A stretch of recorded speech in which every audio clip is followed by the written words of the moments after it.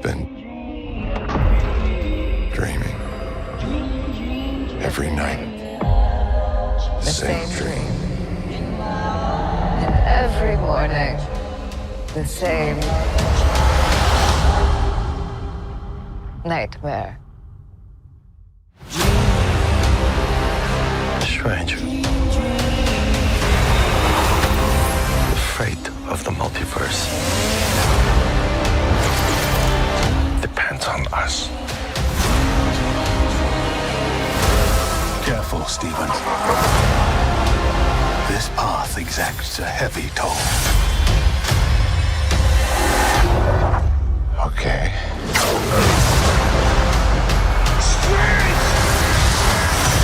Marvel Studios, Doctor Strange in the Multiverse of Madness.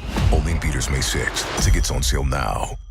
Hey everyone, this is Michael again, and welcome to another movie review. And I just got back from seeing Doctor Strange in the Multiverse of Madness, and that's what this review is going to be on. And the film stars Benedict Cumberbatch, Elizabeth Olsen, Chiwetel Ejiofor, Benedict Wong, Xochitl Gomez, I think that's how you pronounce her name, but may have pronounced it wrong, Michael Stuhlbarg, and Rachel McAdams. Of course, this is the sequel to the 2016 Doctor Strange film, which I really like. The first Doctor Strange is a good movie, and Sam Raimi directed the film, and it's been a while since Sam Raimi directed a superhero film. The last superhero film he directed was, of course, Spider-Man 3, which is a guilty pleasure for me. I like Spider-Man 3.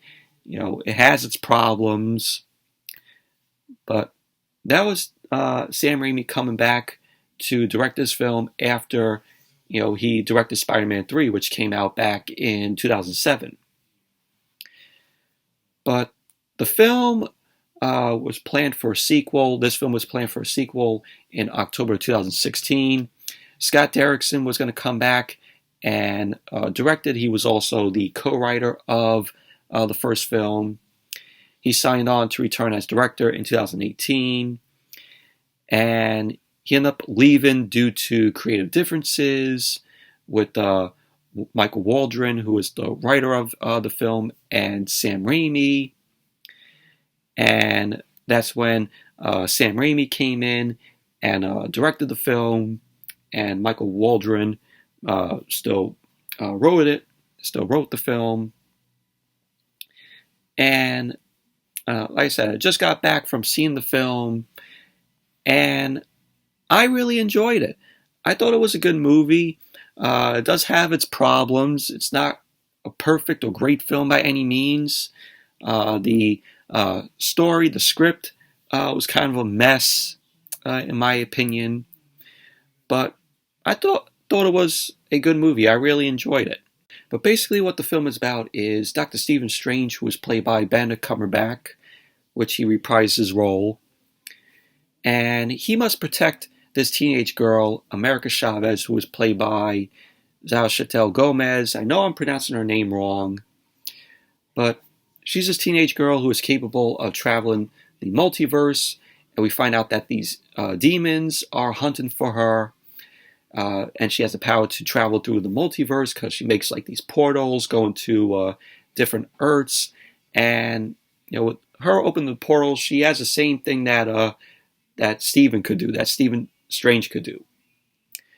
So you find out that Wanda Maximoff, who is played by Elizabeth Olsen, she is responsible for the attacks because she ended up acquiring the Darkhold, thus becoming Scarlet Witch. So Maximoff ends up believing that controlling America's powers will allow her to reunite with her two sons. So pretty much that's basically what the plot to the film is about, without giving away any spoilers. But Benedict Cumberbatch, as Dr. Stephen Strange, he is awesome in the role. I love this character of Stephen Strange.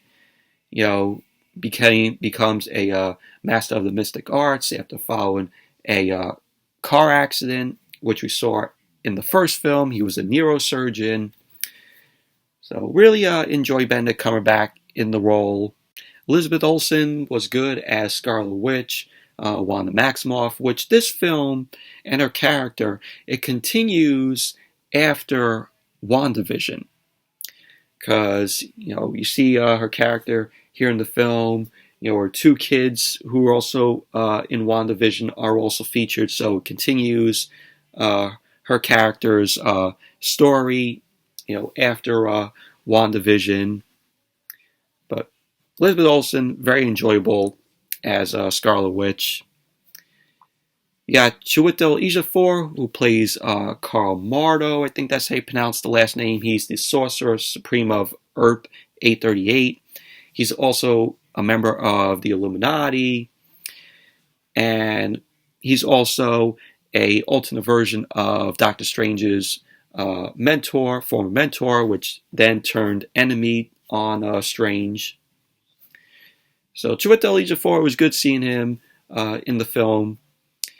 Benedict Wong as Wong, of course, Wong is the Sorcerer Supreme of Earth 616 and is also Strange's mentor and friend.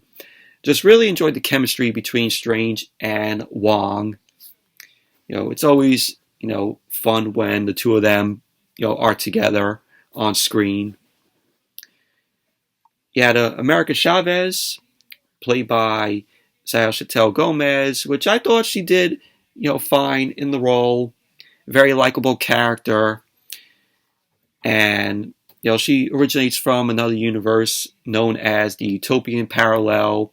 And we had a little bit of the backstory, with, her family in the film, which I don't want to, give that away.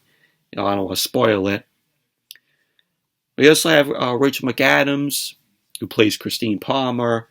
She is an emergency surgeon who is a colleague and who was also Strange's lover.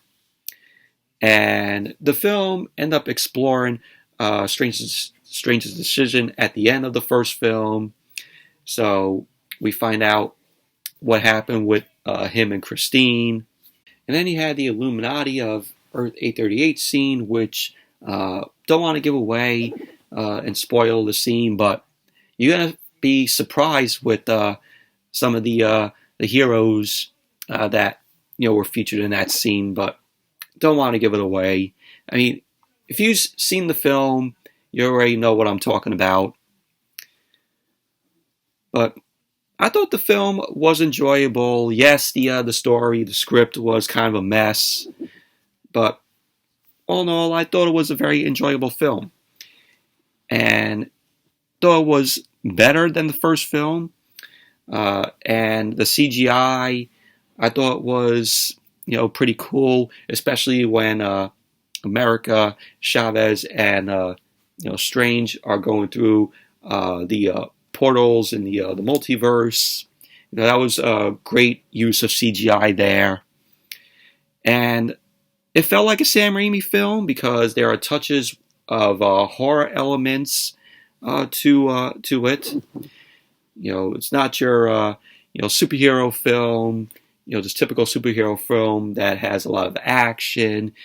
There's, like I said, horror elements that they put into it. From the demons and the creatures. I thought the CGI on them, looked pretty well. But Doctor Strange in the Multiverse of Madness, it's an enjoyable film. Thought it was a good movie. Yes, the script and the story was kind of a mess, but overall, very enjoyable film. Not great or perfect by any means, but it's worth checking out. If you're a Doctor Strange fan, it's definitely worth checking out. But anyways, that's it for my review of Doctor Strange in the Multiverse of Madness. Thank you all for watching. Hope you all enjoyed this review. Definitely give the video a thumbs up, comment, subscribe, and I will see you all tomorrow night with the SmackDown and AEW Rampage review. Rampage is going to be on at 7 o'clock tomorrow, which is good. And then 8 o'clock, of course, SmackDown for 2 hours. I know it's going to be another shitty show, but it's good that I don't have to start my review at 11 o'clock because, SmackDown every week is on 8 o'clock, and then Rampage at 10, and then I start my review at 11. So I can start my review tomorrow early after SmackDown is over. So that's good. But anyways, see you all tomorrow with the SmackDown and AEW Rampage review.